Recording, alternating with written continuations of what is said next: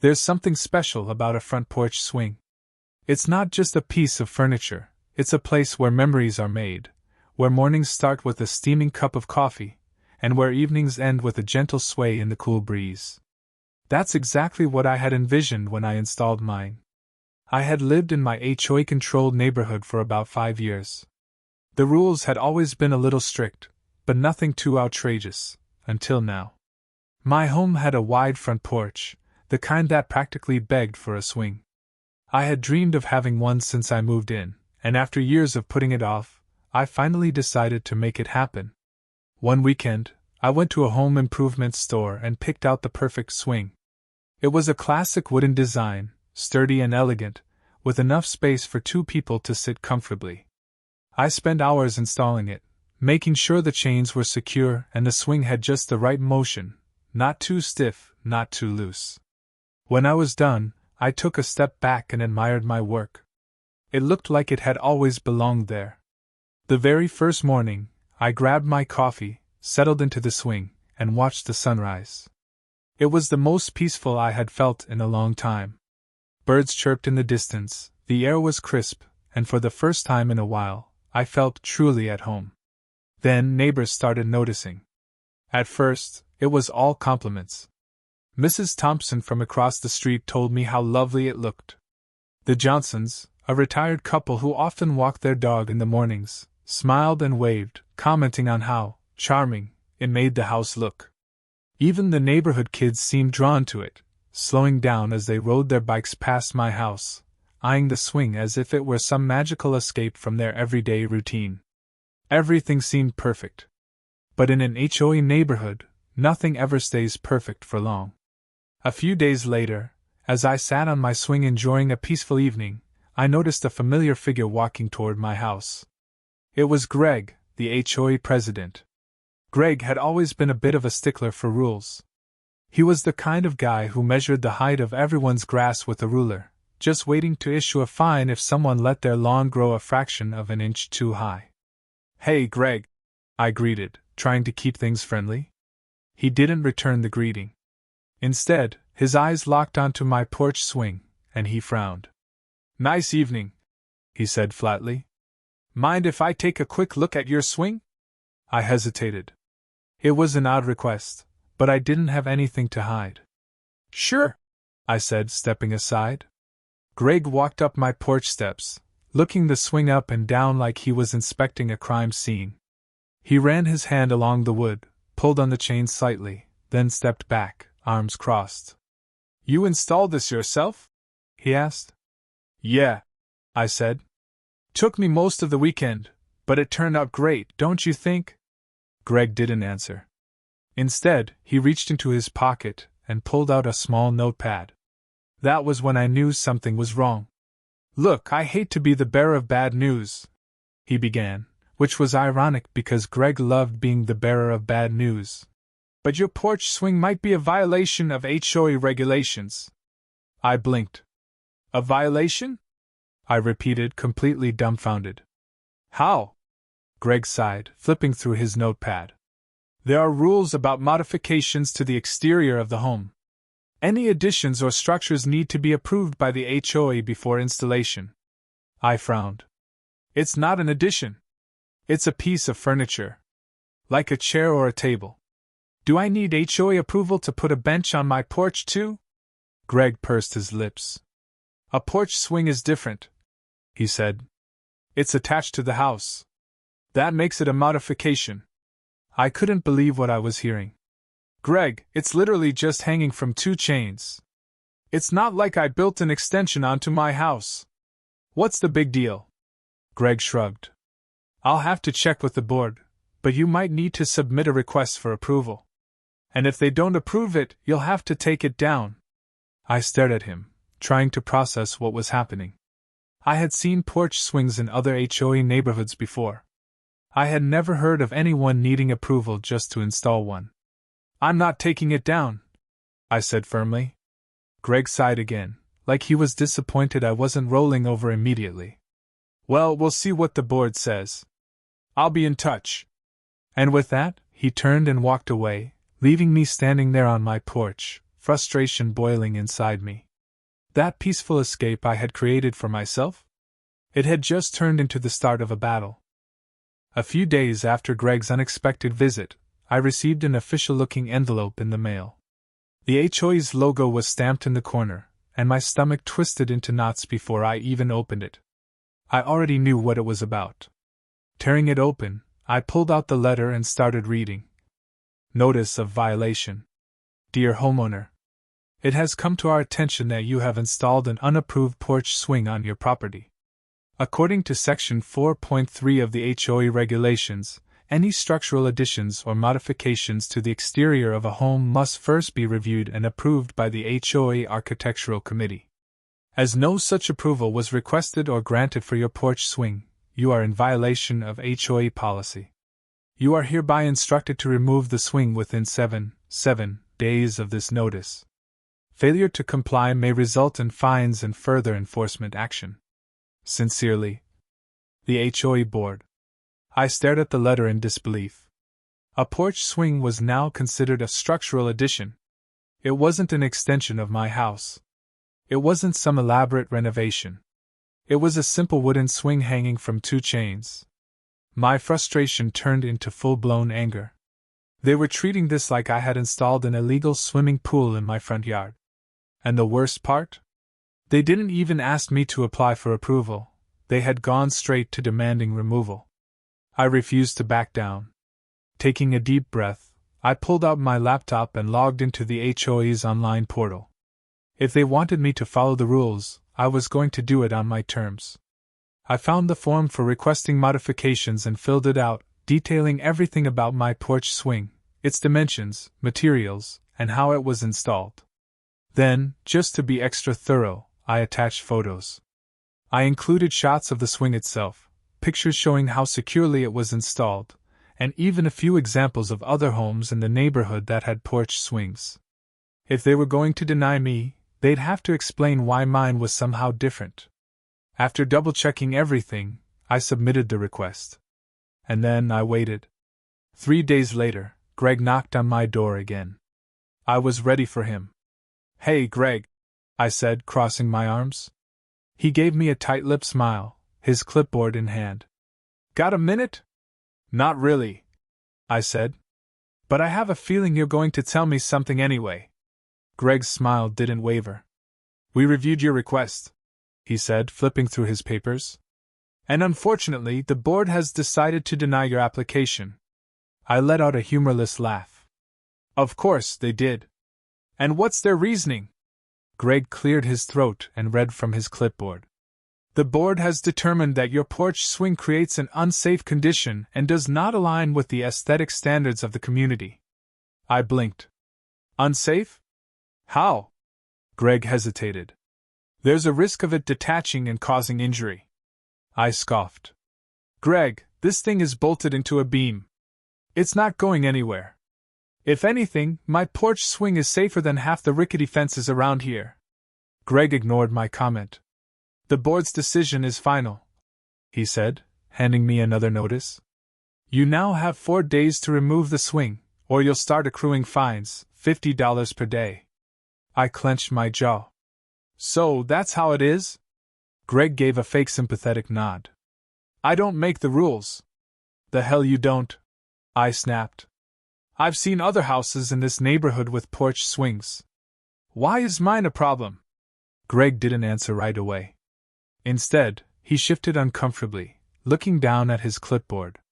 "The board reviews each case individually." There it was.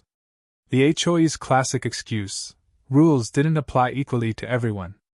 "I'm not removing it," I said firmly. Greg sighed, tucking his clipboard under his arm. "Then be prepared to pay." I slammed the door in his face. By the time the 4th day rolled around, I had already received another letter, this time with a formal notice of fines attached. The HOA wasn't bluffing. They were serious about punishing me over this. But I wasn't giving up. I started documenting everything. Every letter, every interaction with Greg, every time I saw another home with a porch swing. If they wanted a fight, I was going to give them one. Then, I decided to go public. I posted in our neighborhood's online forum, explaining what was happening. I'd uploaded pictures of my swing and the HOA's ridiculous violation letters. I even pointed out the hypocrisy, sharing photos of at least 3 other homes with porch swings that had never been cited. The response was overwhelming.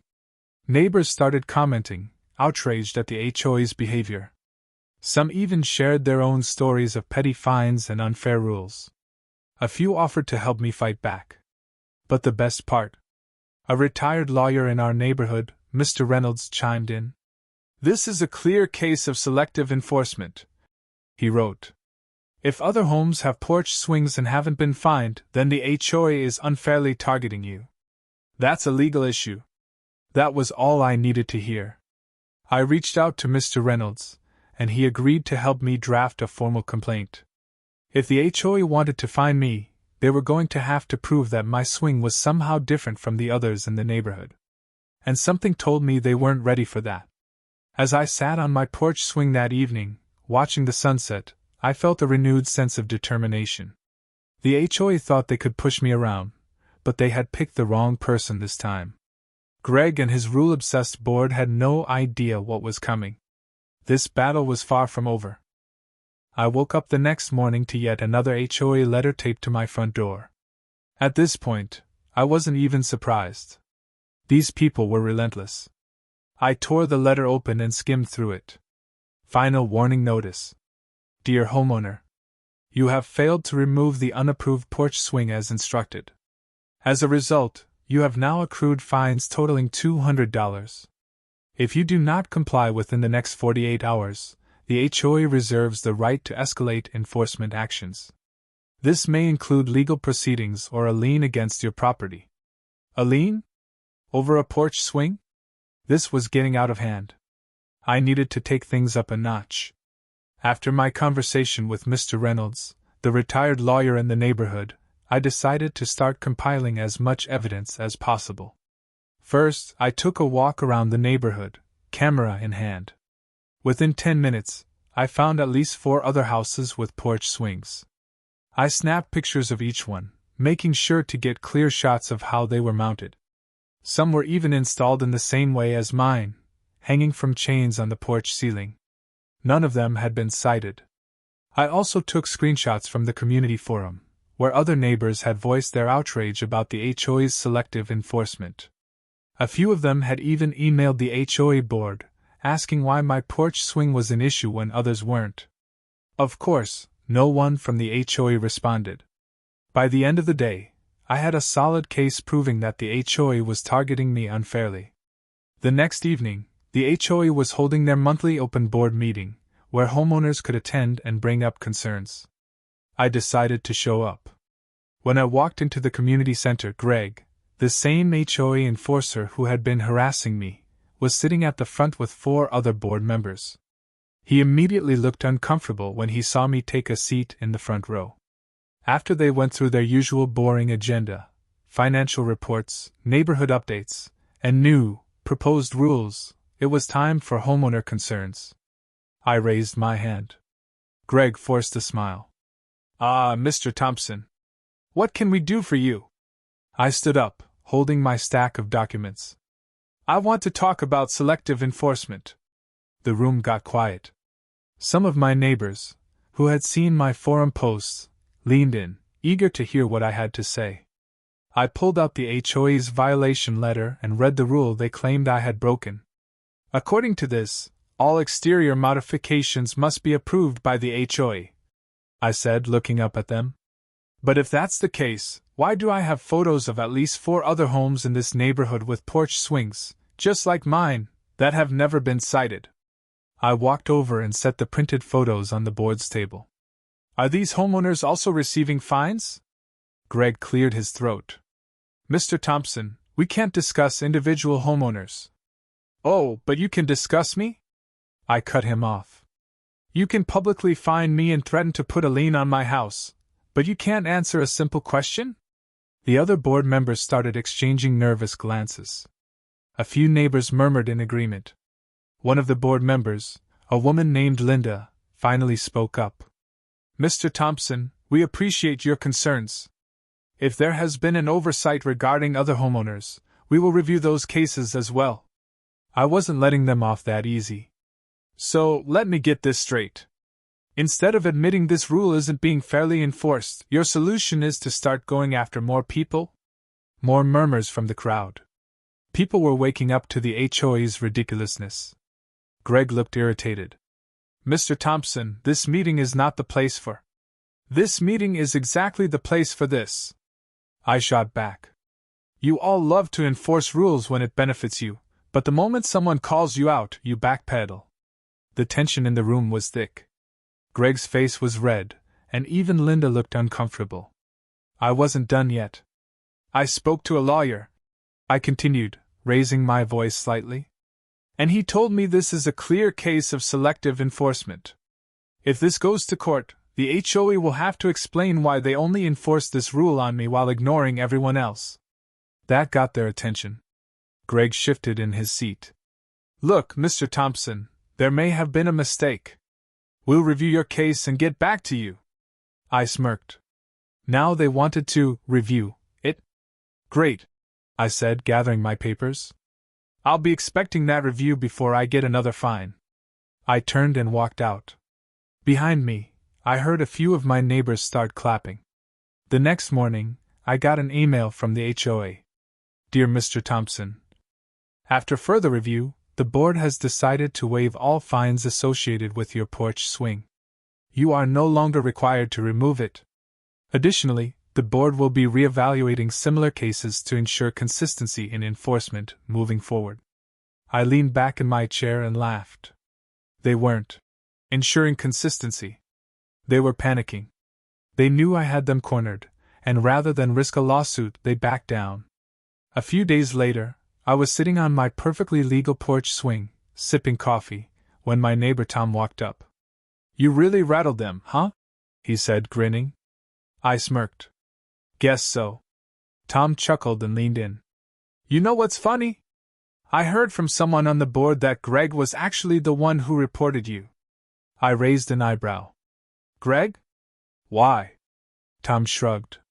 Word is, his wife wanted a porch swing, but the HOA denied his request months ago.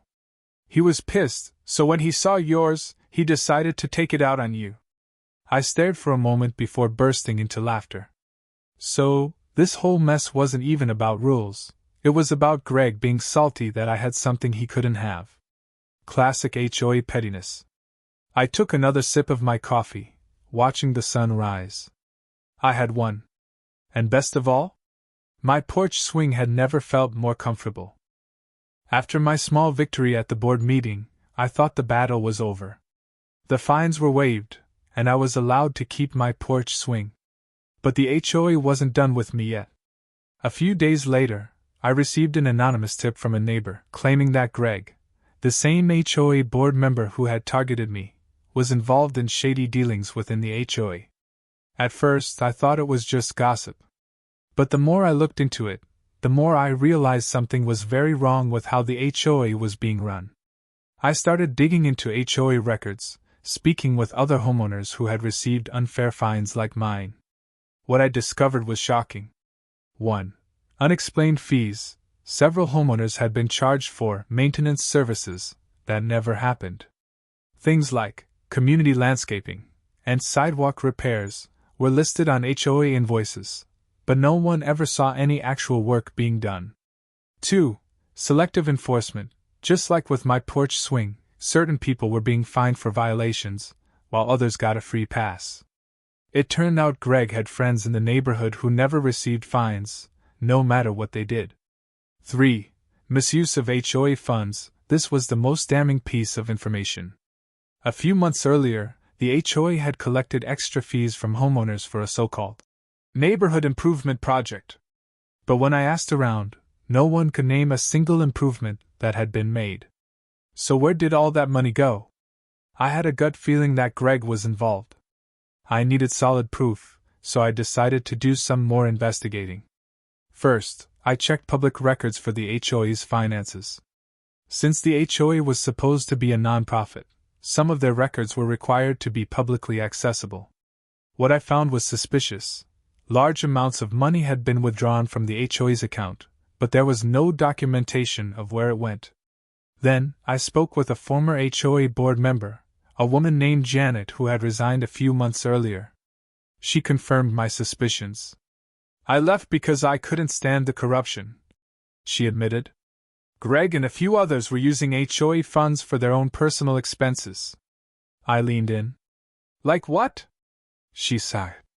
"Dinners, weekend trips, even home repairs. They'd claim it was for community projects, but the money was going straight into their pockets." I was furious. Not only was Greg abusing his position, but he had also targeted me just to flex his power. I needed to expose him. Janet still had access to old emails from when she was on the board. She agreed to send me copies of any messages that proved Greg and his cronies were misusing funds. What she found was gold.